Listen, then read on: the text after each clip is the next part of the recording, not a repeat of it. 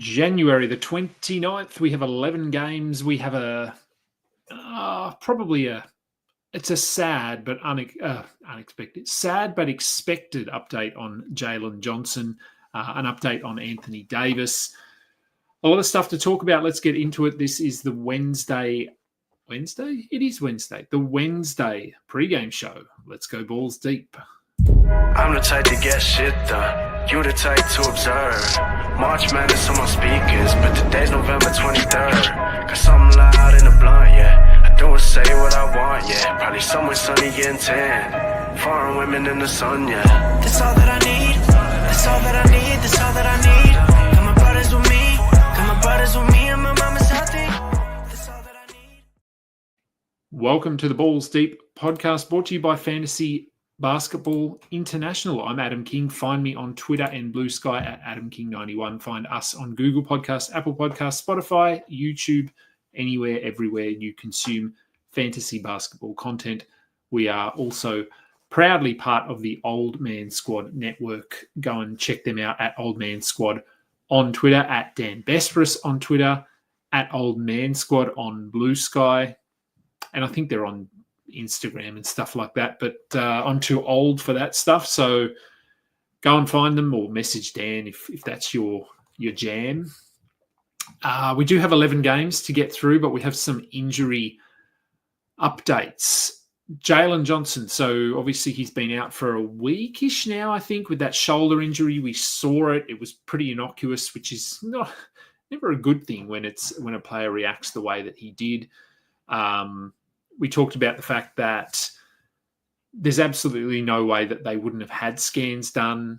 They were probably hunting around for every second opinion that they could get to see if surgery could be avoided. And unfortunately, it appears as though that is not the case. So Jalen Johnson is done for the year.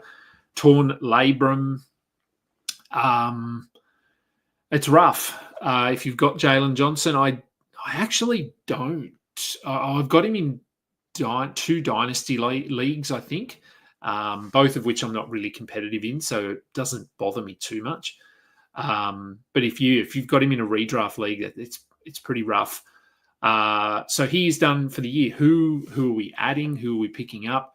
Look, we've seen the last 2 to 3 weeks. We've seen what their roster looks like without Jalen Johnson. So I think we get a little bit more from Dyson Daniels. I was just on the Roto World show and we talked about, of course, Noah and I talked about Dyson Daniels. The fact that his rebound numbers have gone up the last little bit. So I think that is probably as a result of Jalen Johnson not being there.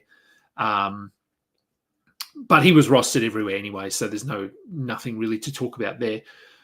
Vit Krejci has been the obvious injury replacement here. Although he's not a direct replacement, I suppose, because we've got Larry Nance benefits, hypothetically anyway. Risache probably does a little bit more. Hunter will need to do more. So I don't think, as we stand right now, there's no one that you have to go and add, because I think everyone has already been added. It just means that that Vit Krejci could have rest of season value now as opposed to the next 2 weeks.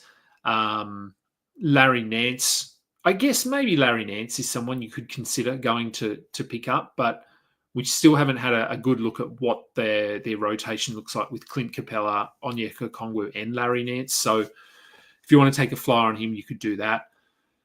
And if you have Jalen Johnson, you just have to drop him, unless you're in as I said, a dynasty league or a keeper league, and you just put him in your IR spot. But any other league, we move on.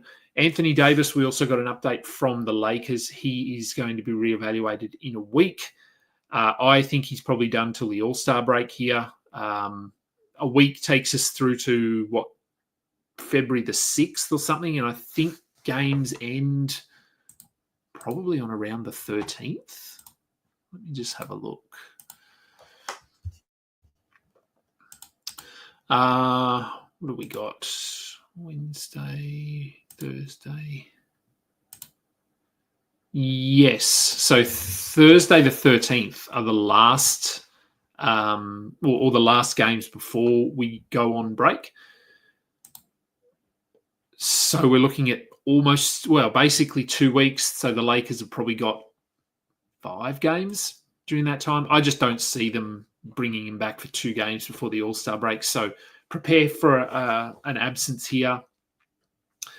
Also talked about this on the Roto World show.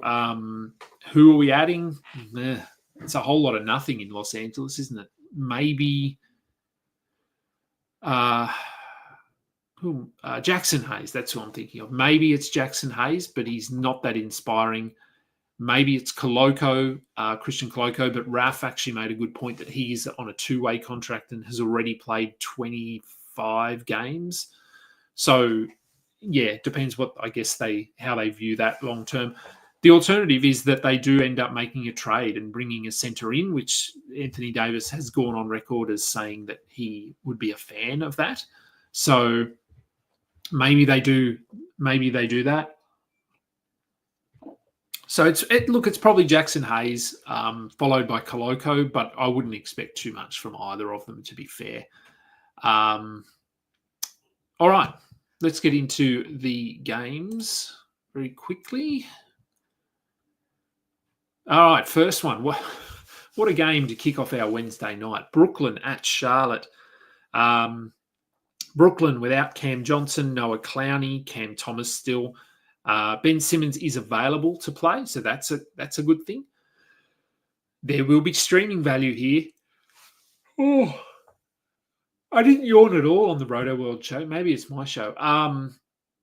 There will be streaming value here, but who is it? Is it Tyrese Martin? Is it Jalen Wilson? Is it Zaire Williams? Is it Keon Johnson? Is it Tosan Ebwoma? Really don't know. Dayron Sharp is still my stash. I'd probably go with... Jalen Wilson tends to play the most of all of those guys. So I guess if you're looking for a safe floor in terms of opportunity, it's probably Jalen Wilson, then Keon Johnson. Ben Simmons can probably do the most in fewer minutes. So if he was dropped, give him a look. Obviously, we know what he's good at. We know what he's not good at. So if he fits your build, give him a look. For the Hornets, without Mark Williams, Josh Green, Cody Martin, and obviously Brandon Miller, Trey Mann, LaMelo Ball. So what a starting lineup we have here. Vasily Micic will probably start alongside Nick Smith, Josh Okogie, Miles Bridges, and Taj Gibson will probably start, but Musa Diabate is the center we want to target here, especially if you need rebounds and defense. He doesn't score a lot, but we saw he can be valuable in those 2 categories if that's what you need. Bridges is going to have to do a lot. His percentages might look pretty ugly, but he will be firing up at will. Josh Okogie has been pretty good the last week, so I think he's probably an add at this point, as is Nick Smith. Micic, I guess he's probably an add simply because he will be starting and they don't really have any other options. But I do think that if LaMelo's injury turns into anything serious, which I don't think it will at this point, it could be a 1 to 2 weeks, but I don't think it's season ending or anything like that. There could be a point where we get Isaiah Wong or KJ Simpson playing more minutes, but we're not there yet. So I wouldn't be too concerned with them right now. Detroit at Indiana, so a much more competitive game probably. And both teams are relatively injury-free. So not a ton to talk about here. For Detroit, Tim Hardaway, if he's been dropped and you need threes, give him a look. Asar Thompson, mentioned him in the last game. I picked him up coming off that strong game, and he didn't do much in the last one, so hopefully he can do a bit more here. Tobias Harris, we'd like him to do anything. Hopefully, I think he's a drop. Maybe he changes my mind tonight. We will see. Malik Beasley, he's cooled off since that hot start, but still, I think a must-roster player. For the Pacers, Nembhard is questionable. If he is out, it's probably... Oh, man. It's probably Ben Shepherd that comes in and starts. They don't like to start TJ they're not really going up against a ton of size here, so they're not. I don't think they would go with Obi Toppin and shift everyone down. So it's probably Ben Shepherd, could be Aaron Neesmith. They would be the two I think that we would consider as flyers tonight. But that's only if Nembhard is out. If Nembhard plays, I'm not worried about either of those guys. TJ is not really playing enough to be rostered. Streaming, sure, but 15 to 18 minutes is not enough for TJ. All right, let's have a look at a couple of questions quickly. We might chip away at them as we go through. So actually, start up here. Joseph Kim and Matt Carmody both have Jalen Johnson and Anthony Davis. It's going to be a sad couple of weeks for you guys. I have AD in quite a few teams, so I am sad about that.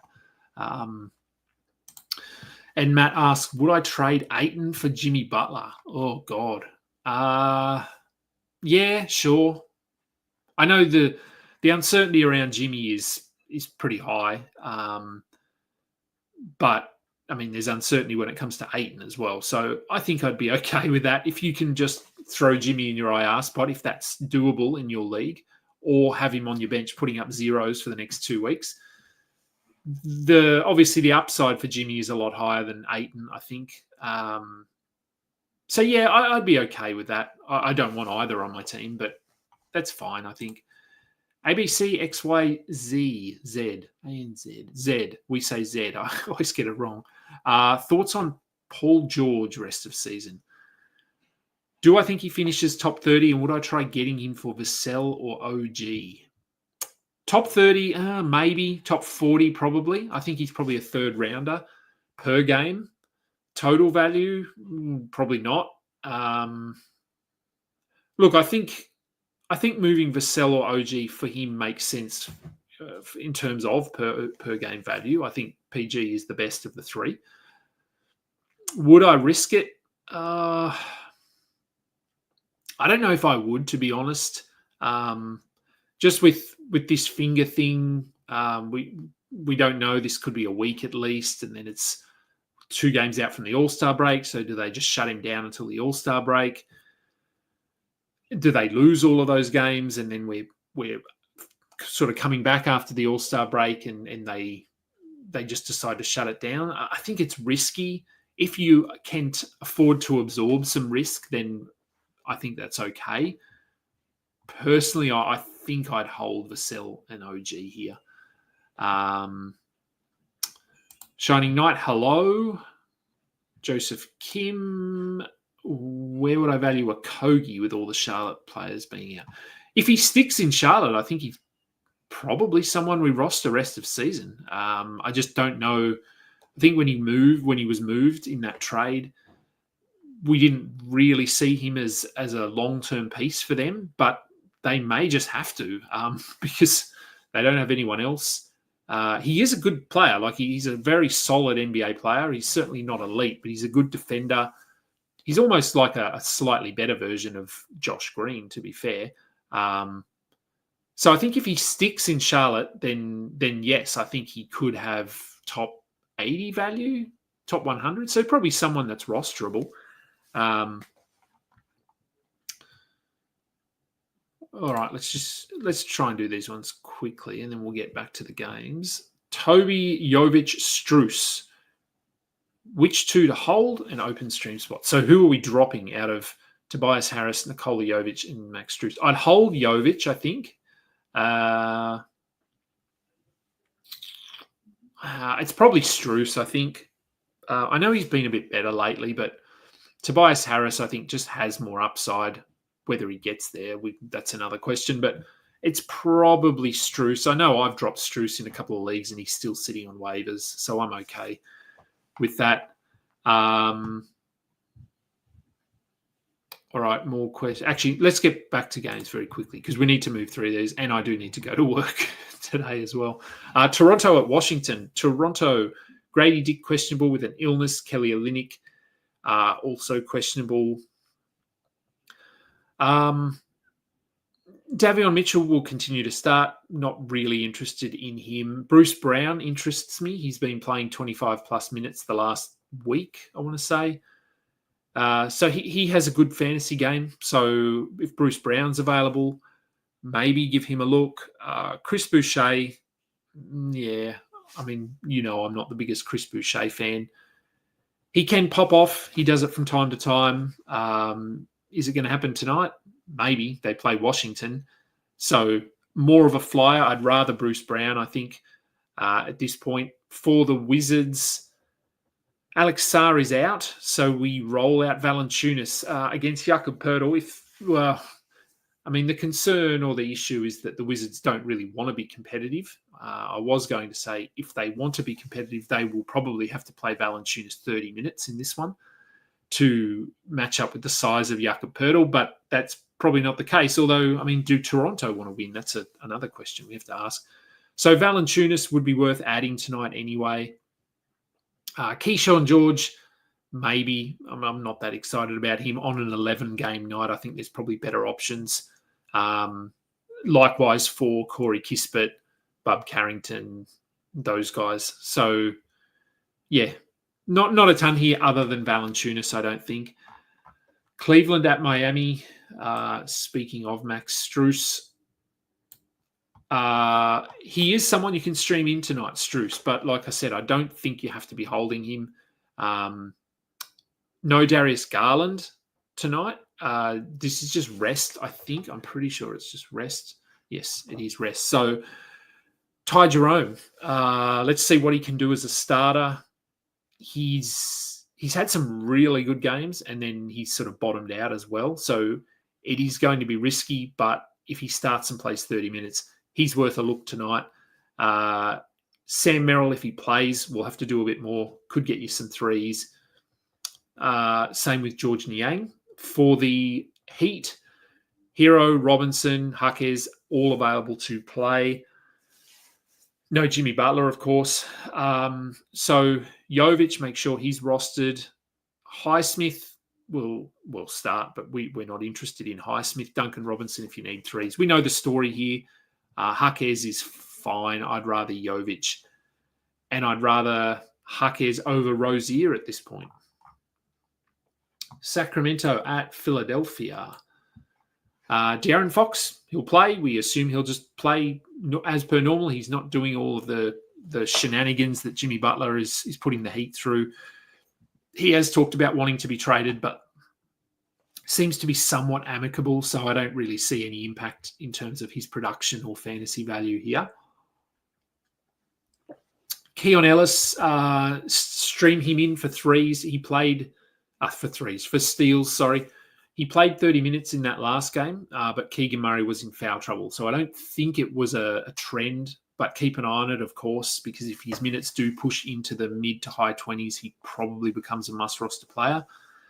For the Sixers, still without Andre Drummond and Joel Embiid. Paul George, of course, out with the finger. So we had a good look last night at what this rotation is going to probably look like. Caleb Martin is the only difference. If he returns, then that impacts Justin Edwards, Ricky Council. I'd probably still prefer Edwards over Martin. Martin's more of a defensive specialist. So if you just need some steals, you could give him a look tonight. Eric Gordon, I guess if you need threes, they're playing him 30 minutes. He might get you 3 to 4 3-pointers. Ricky Council, I think if Martin is out, then you could give Council a look. If Martin plays, probably not. And just make sure Yabusele is rostered. Deeper leagues, look at that Adem Bona. Chicago at Boston. All right. For the Bulls, this is Bulls injury reporting. Kobe White, who was out for a week, is now questionable. Who knows? It's a mystery novel with the Bulls. If Kobe White plays, it takes a little bit of the shine off of Lonzo Ball, off of Ayo Dosunmu, Josh Giddey to some degree as well. There's no Zach LaVine, as we know here. He's out for a few games due to the birth of a child. So Lonzo, I think we're rostering. I'd still be holding Ayo even if Kobe White plays, because no LaVine means Dosunmu will play 30-plus minutes. Do they bring Patrick Williams back in? He moved to the bench for the last game. No idea what they're going to do here. But I would be holding Sunmu, Lonzo, Patrick Williams. Nah, I don't think so. For the Celtics, Tatum, Horford, Hauser, all questionable. Derek White returns. Again, we've had such a big sample size of what this rotation looks like. We know exactly who we need to prioritise. If Horford doesn't play, Luke Cornett is our streamer.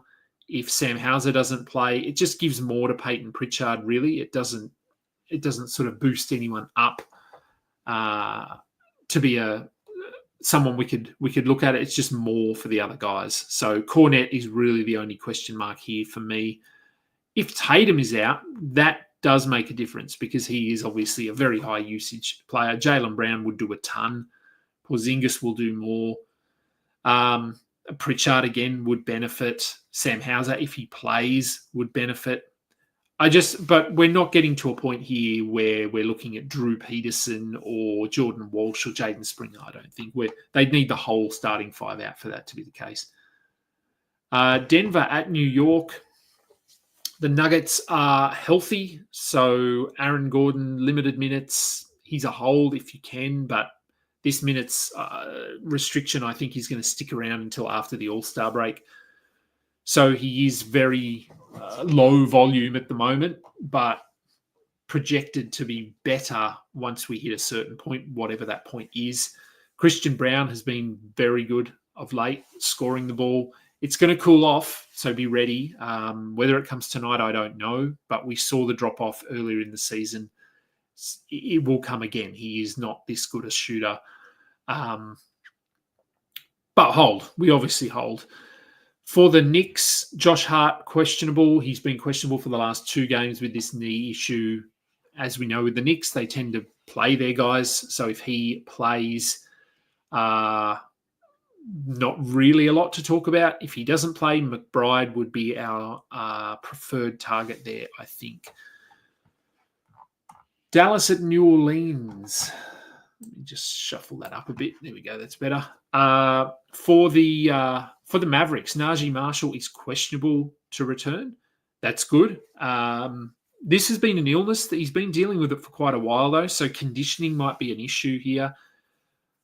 I don't know whether he starts eventually. Luka is slated to come back in the next few games. We don't know if it's before the All-Star break. They have talked about it being before the All-Star break. I'm not sure why they would do that. So Najee Marshall is probably someone we need to roster, but I wouldn't expect too much tonight. Quentin Grimes, a little bit the same. He's probably okay to have on your roster, but I don't know. He's been a little bit underwhelming. Klay Thompson had that really nice first quarter in the game 2 nights ago.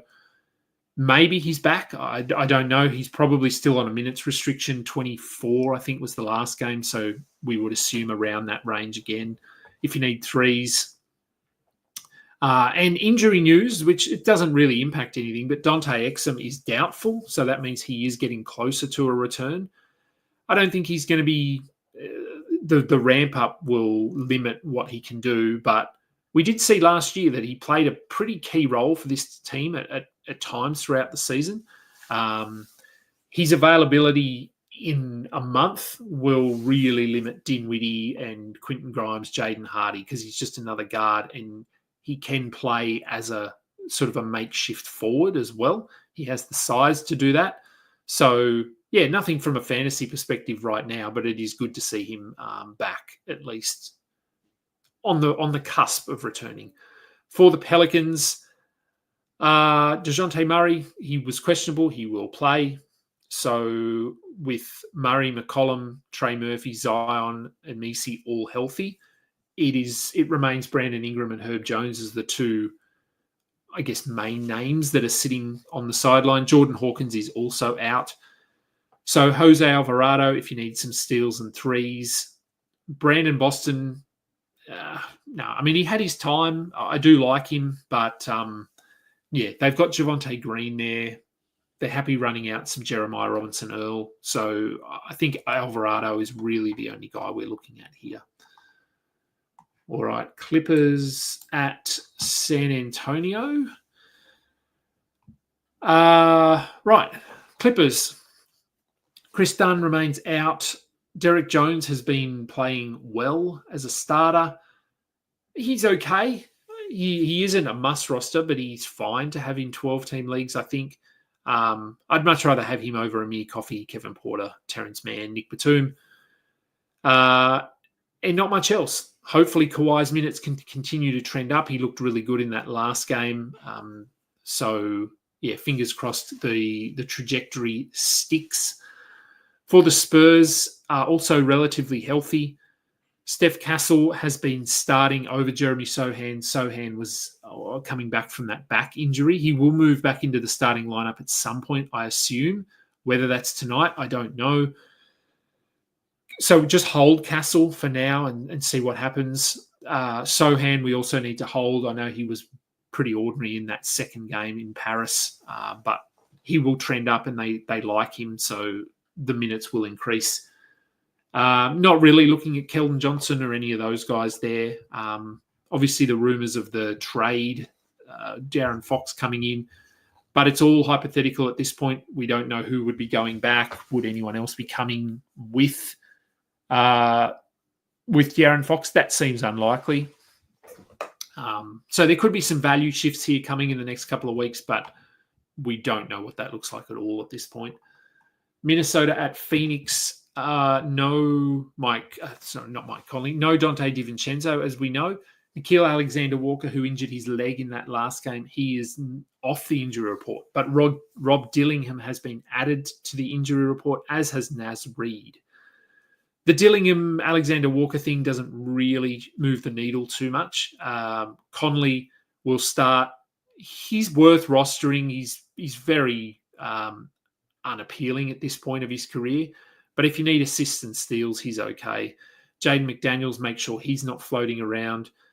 Alexander Walker in deeper leagues, he'll get minutes. Maybe he can do something tonight. The interesting one, obviously, is Naz Reid. If Naz Reid doesn't play, Gobert will have to play more. And then they may look at Luka Garza. No, I don't really see anyone stepping in and playing enough to be rostered here. Hopefully, it just means Rudy Gobert can have another strong performance. For the Suns, Tyus Jones, I think he's held. I mean, I don't think he's a hold, but I'm pretty sure he is held in most leagues. If you need steals and assists, more so assists. His steal numbers actually haven't been that good this year. Ryan Dunn is questionable to return from his ankle injury. If he's available, he had been starting, so we would assume he would just continue to start, which would move Royce O'Neal to the bench. Kevin Durant is also questionable, so if he misses time, we are grabbing Royce O'Neal, we are grabbing Grayson Allen. That's probably they're the two, I think. It's not going to impact Nurkic. He's not sort of magically going to come back into the rotation. So O'Neal and Grayson Allen would be my targets there. And the last game of the night, the Thunder at Golden State. For the Thunder, Lou Dort cleared to play. His injury was never anything serious. So Shea, Cason Wallace, Jalen Williams, Isaiah Hartenstein, all players we need to roster, I think. Lou Dort, Alex Caruso, Aaron Wiggins, Isaiah Joe are our streamers, depending on what you need. For the Warriors, Steph Curry, questionable. He was out yesterday with knee, they called it maintenance management. The fact he's questionable again is not great. Let's assume he plays at this point. It will be interesting to see what the Warriors do here moving forward. Is their mindset that they need to win and win now, because they probably do, to take advantage of Steph, but they can't do it with this roster. So there would have to be moves coming. Or do they just say, okay, we're going to make some moves in the offseason. We're going to not rest Steph, but almost put him in cotton wool for the rest of the season so we can try and get a really good 2025-26 season out of him. So, yeah, if you have Steph on your roster, it's something to monitor. I don't think they shut him down, but just something to keep an eye on. Buddy Hield, no. Moses Moody, no, I don't think so. Trace Jackson-Davis, he's probably playing the fewest minutes as a starter in the league at the moment, so I don't think we need to roster him. Pajemski has been playing well, so I would consider him. Dennis Schroeder was very good last night.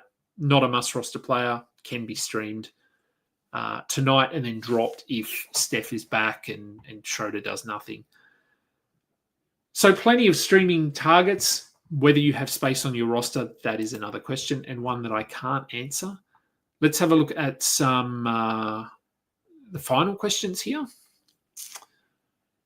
Where we go? We did that one. All right, we'll start with this one with Shining Knight. Had to drop Jalen Johnson. Yes, that is a sad face emoji is the correct one there. Picked up Sohan, but Suggs, Brown, Veet, all available on waivers. Is Sohan the best pickup, or would one of the others be better?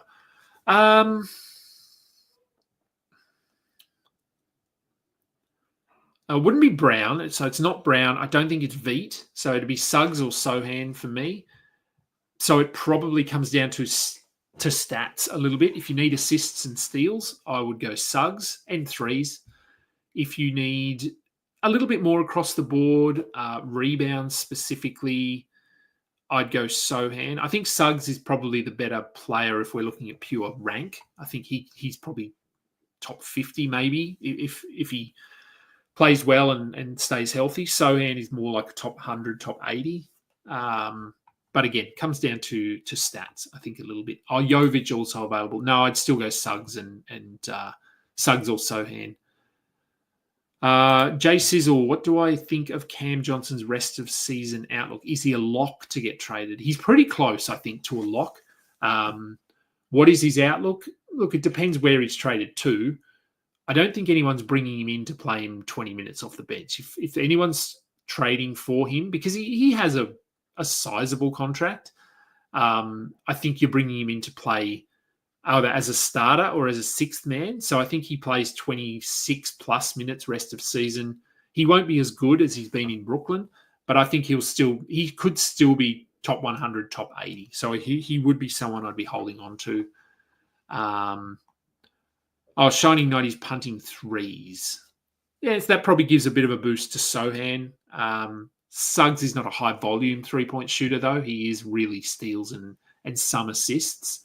But yeah, look, maybe it is Sohan if you're just looking for across the board. But do remember that he's on a bit of a minutes restriction at the moment.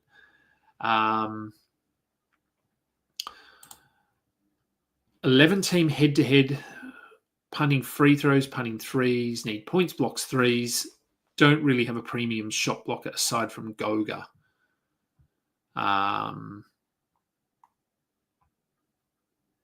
So is this is that same team? Yeah, I mean, none of those guys are shot blockers, really. Points, blocks, punting threes, but you need threes. Yeah, I'd still go Sohan, I think. But Suggs, as I said, probably the better player in terms of value, rank, that sort of thing. Brian has a question. Who do I drop, Messi or Nick Smith, to pick up Io? Ooh. Look, stats, I think. I mean, Messi and Nick Smith are the complete opposite. So do you need blocks? If you don't need blocks, I'd drop Messi.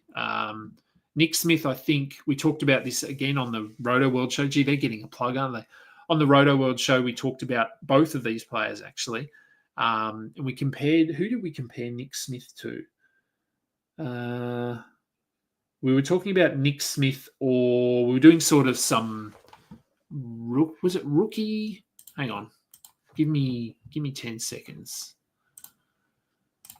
I probably deleted the email, didn't I? Let me find my trash. Raphael Johnson. Here we go. So we talked about...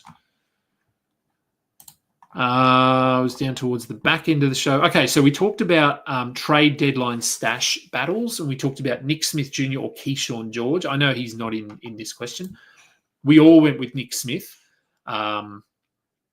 Just because we haven't really had a good look at what he can do.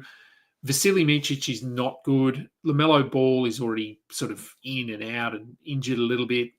They're showing signs of shutting down with Mark Williams out today for no real reason. So I like Nick Smith. He will be inconsistent. Messi, we talked about Messi and Klingon, and we all went Klingon over Messi. So, and that was because we have seen what Messi can do. He's played started minutes. And if the Pelicans continue to get healthy, his role is going to continue to sort of reduce. I think in the last game, he didn't even take a shot. So I would probably go, if we're just looking at who do I prefer rest of season, I probably prefer Nick Smith. But this is obviously Io, you're picking up Io, who is a guard. So if it's just replacing a guard with a better guard, then I would drop Nick Smith. I hope that makes sense.